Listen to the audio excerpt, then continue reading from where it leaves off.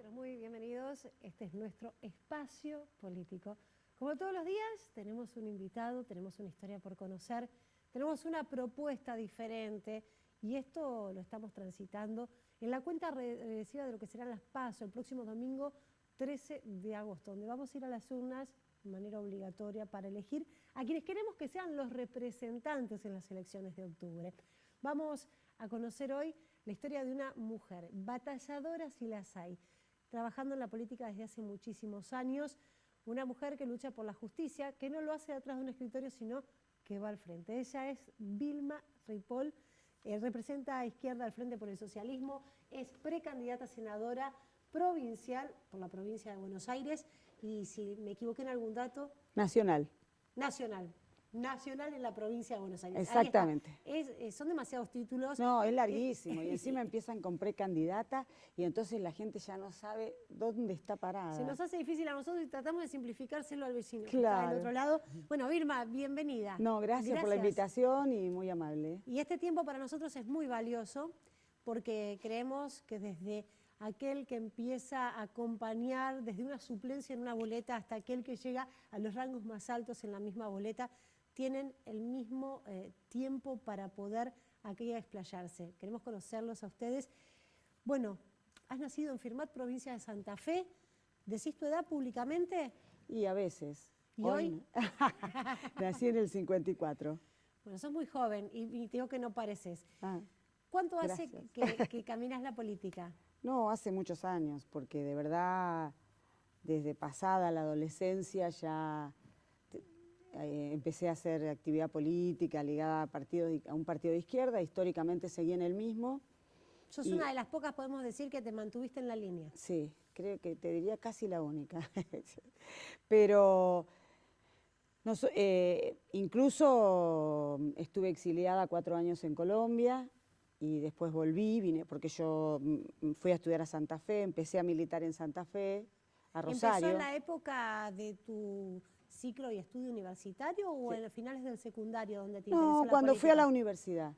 Cuando fui a la universidad, en realidad en mi casa mi papá le preocupaban los temas sociales, estábamos enfrente de un club, organizaba a los chicos para que fueran a jugar al fútbol, entonces, ¿entendés? Dejaba la puerta abierta en mi casa y pasaban todos los pibes hasta que mi mamá le decía, basta, ellos soy yo, como la película de ahora, porque era una cosa terrible, pero bueno, Claro, siempre desde se lo mamaba, social claro. y no desde la política en sí misma. No, desde lo social. Y después, bueno, cuando ya fui a la facultad, cuando empecé a trabajar, vi que con lo social no alcanzaba, porque las condiciones de trabajo, los sueldos, las condiciones de vida se defendían desde otro lugar. Vos te estudiaste enfermería y te fuiste ya con ese título a Colombia cuando Sí. te exiliaste. Allá tuviste mucho que ver con la creación de un sindicato. ¿Cómo fue esta experiencia llevando la bandera de la justicia social en un país que no es el tuyo? Porque cambian las fichas bastante. No, sí, pero nosotros teníamos una forma de prepararlos, tuvimos una forma de preparar el exilio que era ir a países en donde tuviéramos algún partido que nos recibiera, que pensara como nosotros. Que estén en concordancia, claro, ideologías. Exacto, y entonces íbamos, ellos nos hospedaban los primeros tiempos, nos ayudaban a conseguir trabajo y después nos organizábamos juntos con ellos, no dejábamos nunca de tener actividad. Entonces yo llegué y al poquito tiempo ya estaba trabajando. Trabajé primero en una clínica cardiológica, que era mi especialidad, y después, como tenían un cupo de extranjeros, no tenía posibilidad de quedarme, digamos, todo el tiempo. Entonces otro compañero que estaba trabajando en un psiquiátrico, que me encanta la psiquiatría, me llevó a trabajar a ese lugar y ahí me quedé un tiempo importante trabajando en el psiquiátrico. Y bueno, justamente hicimos, cuando trabajaba en la clínica de cardiología, se abrió la posibilidad de hacer así, porque Colombia no tiene sindicatos por rama como acá, tiene sindicatos por establecimiento. Entonces la primera ¿Están todos vez, separados? Claro, la primera vez que coordinaron para hacer en el área de la salud una coordinación, una federación, digamos, era Federación de Sindicatos de Empresa, para decirle como están acá ahora los términos para que la gente me entienda. Entonces, bueno. Para poder agruparse de alguna manera, tener algo en común. Por supuesto. Porque cómo vas a pelear, no sé. Cada uno, pues, así peleaban, cada uno por cada lugar. Era una cosa locura. Que te preparan para perder. Me dijiste, me tuve que exiliar y por ahí las generaciones más jóvenes, los más jovencitos, lo leyeron en los libros, lo tuvieron que estudiar. Uno que ha vivido esa época, ¿cómo fue en tu caso en particular? ¿Te avisaron, mira, Vilma, tenés que irte? ¿O sentiste por lo que pasaba alrededor tuyo que mucho tiempo más no era conveniente que te quedes? No, porque ¿Cómo fue nosotros, esa decisión? mi partido era el PST, que era un partido que no era guerrillero. Es decir, en esa época había las organizaciones guerrilleras y nosotros no éramos guerrilleros.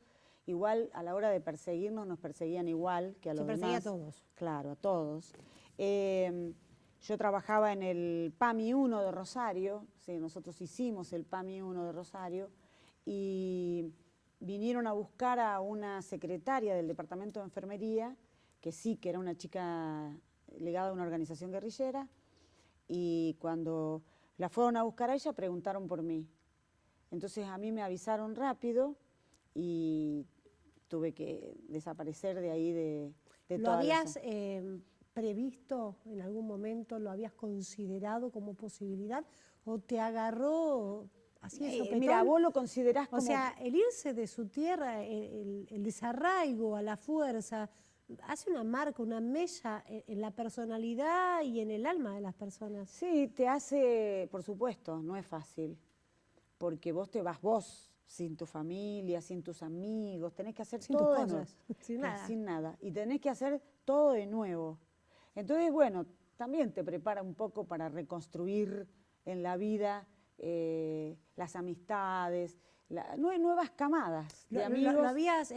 No, porque vos en esa época era una posibilidad para todos, así como era una posibilidad caer presa, era una posibilidad que te torturen, todas eran posibilidades.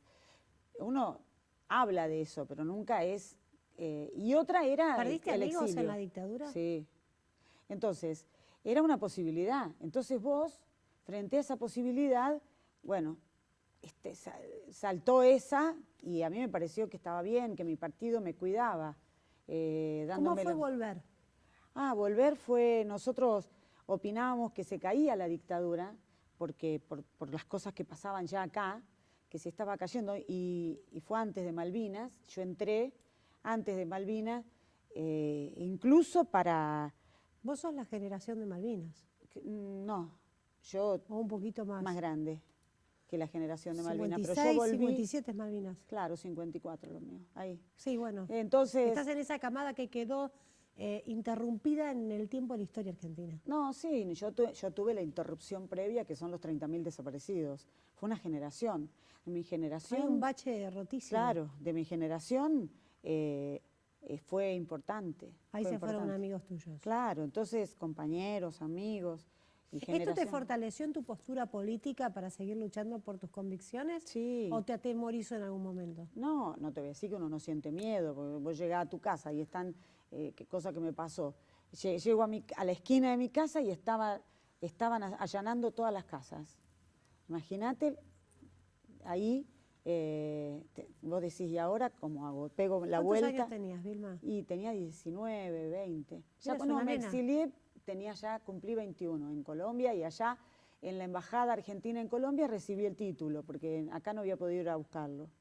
Justamente por estos temas. Claro, entonces bueno, me abrió posibilidades. Después trabajé como jefa de producción de una editorial que nosotros que rearmamos en Colombia, y eso estuvo muy bueno. La verdad que me dio una experiencia de conocimiento, porque hicimos libros para Colombia, entonces conocí Te metiste en el mundo de la comunicación desde otro lugar. Claro, ¿no? Y en el mundo de la edición de libros, desde el lugar de conocer a los autores, llevarle los libros para que se los editábamos, entonces para que elijan carátula, para que nos digan qué les gustaban los colores, todo, y después ir a dar el ok de color y terminar entregándolo y haciendo un cóctel para presentar el libro. Hacíamos todo nosotros. y también íbamos a hacer actividades a la puerta de fábrica a la tarde. Bueno, dentro de lo malo que fue el desarraigo, tú guardás un buen recuerdo de esa época de aprendizaje sobre todo. Cuando volviste acá, fueron la generación que empezó a hacer los cimientos de la nueva democracia, porque la Argentina venía de caída en caída. ¿Cuánto nos duraba la democracia? Claro. Estamos transitando uno de los lapsos más largos, ininterrumpidamente. Esto es un logro de todos.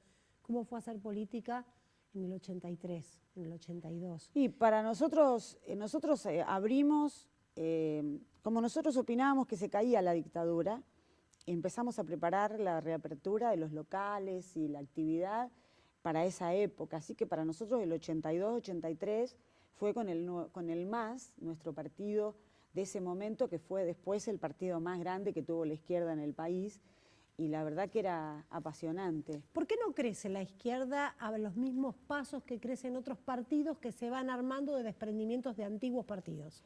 Sí, yo creo que porque la izquierda se debe un debate en serio de por qué estamos divididos, por qué tenemos el mismo programa.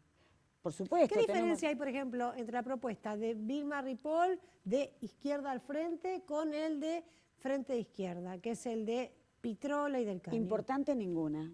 Por supuesto tenemos diferencias, por eso estamos en distintos partidos, pero nada que no nos pueda permitir ponernos de acuerdo en puntos de programa y avanzar en adelante, poniendo por delante lo que nos une y debatir el resto de las cosas en las que no estamos hoy de acuerdo, que son las menores. Cuando volvió la democracia no se llegaba al punto del electorado. Esto ha ido creciendo, muchas veces por el voto castigo o el voto enojo, pero lo cierto es que cada vez tiene un electorado más amplio. ¿Creen que si se unen podrían adquirir una seriedad más relevante en la gente que está cansada de lo mismo? Yo lo que creo que esta es la oportunidad que nos estamos perdiendo, porque la verdad, lamentablemente nosotros le hemos planteado al FIT, que es el otro sector grande de la izquierda, y ellos no reconocen la existencia de otros sectores de izquierda, ellos se autoproclaman la izquierda, entonces tenemos un problema. ¿Será cuestión de egos? Y no sé cómo le llamamos, pero son un poco así sectarios, cerrados, y a nosotros nos parece que nos perdemos una oportunidad, porque estoy convencida de que si nos hubiésemos unido toda la izquierda, hubiésemos sido el fenómeno político de estas elecciones, no hubiese sido a lo mejor, o hubiésemos disputado como fenómeno político con la reaparición de Cristina. En realidad, Cristina es el fenómeno político y nosotros divididos, la gente no nos ve para gobernar porque estamos divididos. Entonces, para nosotros, dar ese paso significa que la gente nos empiece a ver para eso que por lo menos nosotros creemos que tenemos que postular, que es postularnos para gobernar. Y le decimos a la gente que si fortalece Izquierda al Frente, que es el sector que nuestro compromiso es pelear por más unidad, seguir haciéndolo después de estas pasos, que se abre si pasamos las pasos, se abre un nuevo panorama en la izquierda, que es que nuevamente vamos a tener espacio para plantear la unidad y es dar pasos hacia eso, hacia adelante, ¿no? Vilma, hace unos días te escuché decir en una entrevista, en una nota que te realizaron, que durante 12 años de kirchnerismo la Argentina cayó un montón y que en este nuevo gobierno que lleva 1 año y medio de Cambiemos está pasando exactamente lo mismo. De alguna manera polarizaste estos dos sectores, cuando justamente la gente está dividida por esa famosa grieta entre una postura o la otra. ¿En qué los ves parecidos al actual presidente y a la expresidenta? Bueno, lo primero es decirte que lo de Macri es superior a todo lo conocido, porque la verdad creció la desocupación, creció la pobreza, crecieron los despidos, crecieron los cierres de empresas, creció el vale todo para las empresas, para las grandes empresas, los privilegios para en realidad para las empresas multinacionales, qué sé yo, lo de PepsiCo es brutal, es cerrar una de 600 trabajadores acá para abrir una en Mar del Plata totalmente precarizada y con 0 antigüedad. Entonces no es lo mismo, la verdad. Nosotros lo que sí le decimos a la gente que, por supuesto, creemos que tiene que saber que ahora se pelean y hacen la grieta y todas estas cosas, pero que cuando van a la Cámara votan todos juntos. Y eso es grave, porque vos van a la Cámara y ¿por qué te crees que Macri, que no tiene mayoría en ninguna de las cámaras, logró meter las leyes que además ahora nos aplican. Porque alguien las votó. Alguien le puso la diferencia. Y todos votaron. Votaron el presupuesto en la provincia. El presupuesto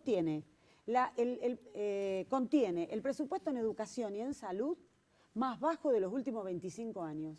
Entonces, si vos vas a votar un presupuesto con la historia de la gobernabilidad, qué sé yo, no puede ser que votes un presupuesto que sea el más bajo de los últimos 25 años.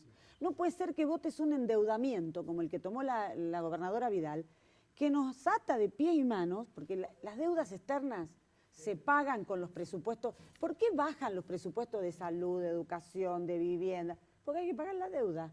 Se sacan de ahí, de los presupuestos sociales. Entonces nosotros decimos, acá lo que se necesita es tomar medidas ya para incluir a la gente que no tiene trabajo. Porque ¿Cuál es tu postura en esta precandidatura que estás teniendo hoy para una banca en el Senado de la Nación con respecto a las declaraciones juradas? Porque esta es una decisión que tienen que tomar justamente los diputados y los senadores, y obviamente la mayoría también está de acuerdo en que no la quieren presentar. ¿Por qué crees vos que...? Mira, yo creo que es un paquete de privilegios que defienden, que es eso lo que la gente repudia y nosotros compartimos. Mira, nosotros creemos que hay que sacar una ley que diga que ningún diputado ni senador va a tener fueros. Hoy estamos nosotros celebrando... ¿Qué pasó con lo de Menem? Claro, un compañero nuestro de La Rioja, candidato a diputado, es el que hizo la presentación para que después la Cámara Nacional Electoral sacara la resolución. Pero nosotros vamos por todos los fueros, no solo los de Menem. Porque lo que era antes una protección para poder hacer denuncias, ahora es impunidad para hacer negocios, los fueros. Entonces, a ver, repetime esto. Lo que antes era una protección para hacer denuncias, para que no te persigan. Ahora es impunidad para hacer negocios. Hacen negocios para ellos, para su familia. ¿Te parece bien que presenten declaraciones juradas sobre sus bienes? Total, pero las dibujan. Olvídate que después las declaraciones juradas, el que no las quiere presentar es porque ni los dibujos le entran en los resultados. ¿No ves que nunca pueden justificar cómo entraron con un Fiat 600 y ya tienen un Audi? Para la gente que nos está escuchando, hacen carrera económica dentro de la Cámara, ¿entendés? ¿Qué pasa con los puestos de por vida? ¿Nosotros qué decimos? Con los cargos de por vida. No, bueno, por eso, nosotros decimos que tienen que ser renovables, que tienen que ganar lo mismo que un director de escuela de 10 años de antigüedad y doble escolaridad, que es el sueldo más alto de la docencia, que además, como van a administrar lo público... Por eso lo tienen que votar los mismos legisladores. Bueno, pero nosotros queremos que la gente nos acompañe en esta pelea. Si nos votan, fortalecen a los que planteamos que además tienen que tener por ley la obligación de usar lo público. Lo público es el hospital, la escuela y el transporte, ellos y su familia. Tengo una duda, una curiosidad, y quiero que por favor me expliques un poco la diferencia entre las posturas, ¿no? Bueno, una jornada de 6 horas, 25.000 pesos de sueldo es una de las propuestas. Otra de las propuestas es estar a favor del aborto. Otra de las propuestas es el colectivo Ni Una Menos. Ahí es donde a mí se me hace un matete en la cabeza. ¿Cómo congeniamos el colectivo Ni Una Menos con avalar el aborto? Conceptuando en qué motivo, porque es un tema bastante delicado para abordar. Ya sé que necesitamos más tiempo, pero me gustaría que nos lo puedas desmenuzar para la gente que está en casa y entienda el mensaje y que no quede como un mensaje que se anula a sí mismo. No, lo primero es decirte que nosotros decimos 6 horas, ley que prohíba la precarización, ley que prohíba los despidos, porque estamos en una emergencia y porque tenemos a los pibes sin trabajo, sin estudio, porque el 40% abandona, ¿entendés? Y entonces se lo disputamos al narcotráfico en los barrios. Ese es el problema. Entonces, sería Ni Uno Menos en realidad. Claro, ese tema, hay 850.000 pibes nini en la provincia. Sí, ni entonces, ni es un problema gravísimo social al cual hay que darle respuesta. Y nosotros decimos 6 horas, no a la precarización y 25.000 de sueldo, y decimos de dónde sacar la plata. Y decimos que hay que cobrarle impuesto a los capitales financieros que vienen. Todo esto que me estás planteando y que dicen se puede hacer. Y bueno, por eso nosotros decimos de dónde sacar la plata. No, porque una cosa es lo que se dice y otra cosa es que se pueda llevar a cabo. La gente nos dice que no se puede llevar a cabo, que es imposible. No. Se puede, si uno vota diputados que estén dispuestos a sacar a los que, no hacer lo que hace el gobierno. El gobierno de Macri le sacó todos los impuestos a las mineras, a las grandes cerealeras, esos 75.000 millones. Si vos le ponés impuestos a las empresas que cotizan en bolsa, que son las únicas que vinieron, porque para trabajar no vino ninguna ni va a venir. Macri dice, no hagamos nada por el trabajo que ya van a venir. No van a venir. Entonces, si nosotros hacemos eso, decimos, además, se necesita también empezar a debatir el tema de la deuda, suspender hasta que no la investiguemos. Son dos... Un minuto nos quede y quiero que me respondas la otra parte. Nosotros, el colectivo Ni Una Menos se creó con muchas organizaciones, entre ellas las nuestras, que tenemos organizaciones de mujeres, para pelear por los derechos de las mujeres, para pelear en contra de la violencia. La violencia de género incluye la trata, el aborto, la violencia pura que es el femicidio. Y entonces, sí, la violencia explícita. Sí, y entonces, por eso creemos nosotros que esos son derechos que tenemos que defender. Y nosotros defendemos el derecho al aborto. Entonces, y los que defienden el derecho de la vida por nacer, ¿cómo tienen el derecho, pero no nos dan ese derecho, se los dan solo a un sector. Nosotros queremos que a todas nos den el derecho de decidir. De elegir. Nosotros no estamos el derecho a favor a la elección. del Ahí me va aborto. quedando claro, porque cuando uno puede elegir, entonces decide sobre qué circunstancia o de qué manera o por qué situación extrema bueno, toma. pero entonces nosotros, ¿qué decimos? A la mujer que decida tenerlos, hay que ayudarla con todo y que el Estado le dé dónde tenerlos, cómo criarlos, qué darles de comer y dónde llevarlo a la escuela. Y a la que decida no llevar adelante un embarazo, por las razones que quiera, por enfermedad, por violación, porque no quiere tener un hijo con esa pareja, porque no le puede dar de comer y es consciente de eso, por todo eso no quiere avanzar, nosotros le decimos que hay que darle el derecho a no morirse en un aborto clandestino. Porque lo que tienen que saber Bullrich y todos los que dicen pavadas sobre el Ni Una Menos, es que no sabemos más qué hacer para que no se mueran las jóvenes y pobres en los abortos clandestinos, en los barrios que nadie denuncia. Y decirte una cosa por último, si queremos más plata, los 32.000 millones que le pagan a la Iglesia Católica para sostener a los curas, arzobispos, a los seminaristas, 32.000 millones por año, y a las escuelas religiosas que le pagan las docentes. Nosotros creemos que no, todo tiene que ser público, todo tiene que ser de nivel y que además tiene que haber la más amplia libertad de creencia, pero que cada cual se pague su cura. ¿Tu máxima aspiración? No, tener la posibilidad de volver a ir a las cámaras a disputar ahora, y entonces le decimos a la gente que nos acompañe, que ahora en las PASO tenemos que pasar estas PASO que las hicieron para nosotros, porque nadie más las usa y les ponen un piso. Número de lista, Vilma. 504. Izquierda al frente. Manuela Castañeira como candidata a diputada nacional y Vilma Ripoll candidata a senadora. Y decirle que nosotros te ponemos en las cámaras gente que no arregla, que no tranza, que no hace negocios y que no abandona la calle porque está dentro de la cámara. Vilma, se nos pasó volando. Muchísimas gracias. Gracias a vos. Santafesina con carácter, si los hay. Aquí está Vilma Ripoll. Gracias por su visita y por su historia. No, gracias. Este fue nuestro espacio político del día. Gracias por acompañarnos. Mañana nos vemos para conocer nuevas historias, nuevas propuestas y nuevos candidatos. Chao.